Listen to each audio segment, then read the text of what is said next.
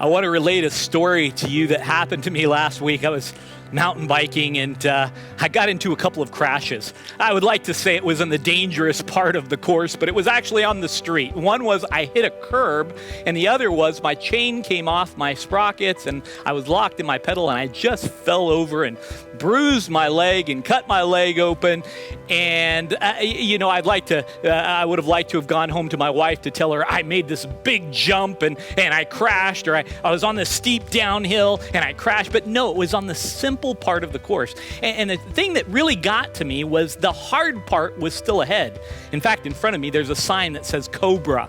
And what Cobra is, it's the most difficult part of the course. It says only experienced or those who have technical skills should enter into this area. Now, I've ridden that many a times, but after falling twice on the most simple areas, I began to think maybe I should just call it a day. Maybe I should just go home and not enter into this area. Maybe I should just stop where I'm at and call it good. I think that's what Paul is addressing in his letter to the Galatian church, who are going to be experiencing some challenging days ahead. He says at the end of his letter to them, he says in chapter 6, verse 9, he says, "Let us not grow weary in doing good, for in due season we will reap if we don't give up." I find it interesting. He says, don't grow weary. In the Bible, you see almost everyone who serves the Lord faithfully grows weary. You've got Moses and David, Elijah, Jeremiah. The list goes on and on. It seems like Paul himself would have grown weary somewhere along the way. And he says, don't grow weary. Does that mean that we as Christians are just supposed to have boundless energy when we are facing the crisis of following Jesus? I don't think that's what Paul is talking about, because he clarifies it in the second part. He says we should not give up.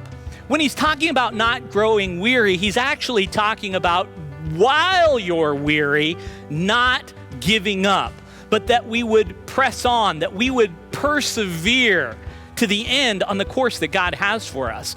And why does he say that we should do that? Well, he gives us the words here. He says, in due season, we will reap.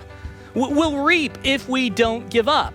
He tells us that there is a reward for those ahead who continue to persevere. You see, the church of Galatia, they were experiencing a little bit of the trials of life at that time. They were beginning to feel the angst of persecution from the culture and the religious systems around them. And he knew that in the days to come, that they would, in fact, see the cobras in front of them, that the days would be incredibly challenging. And he says, don't give up. There is a reward if you keep persevering that waits for you.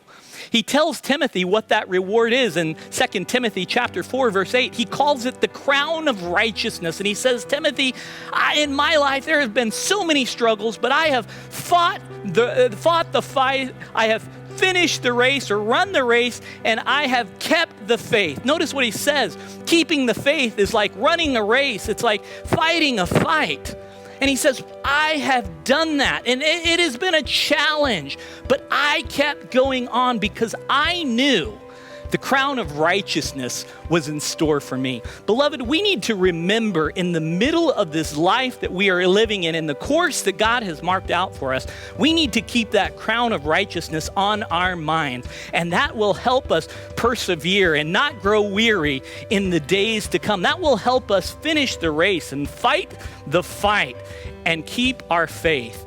Keep these words of Paul in mind. He gives them to us to encourage us in the challenging days ahead. And I hope that these words have encouraged you. Let me give them one more time. Let us not grow weary in doing good, for in due season we will reap if we don't give up.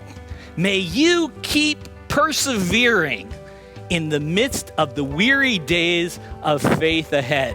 Be encouraged by these words of Scripture today. God bless and have a great day.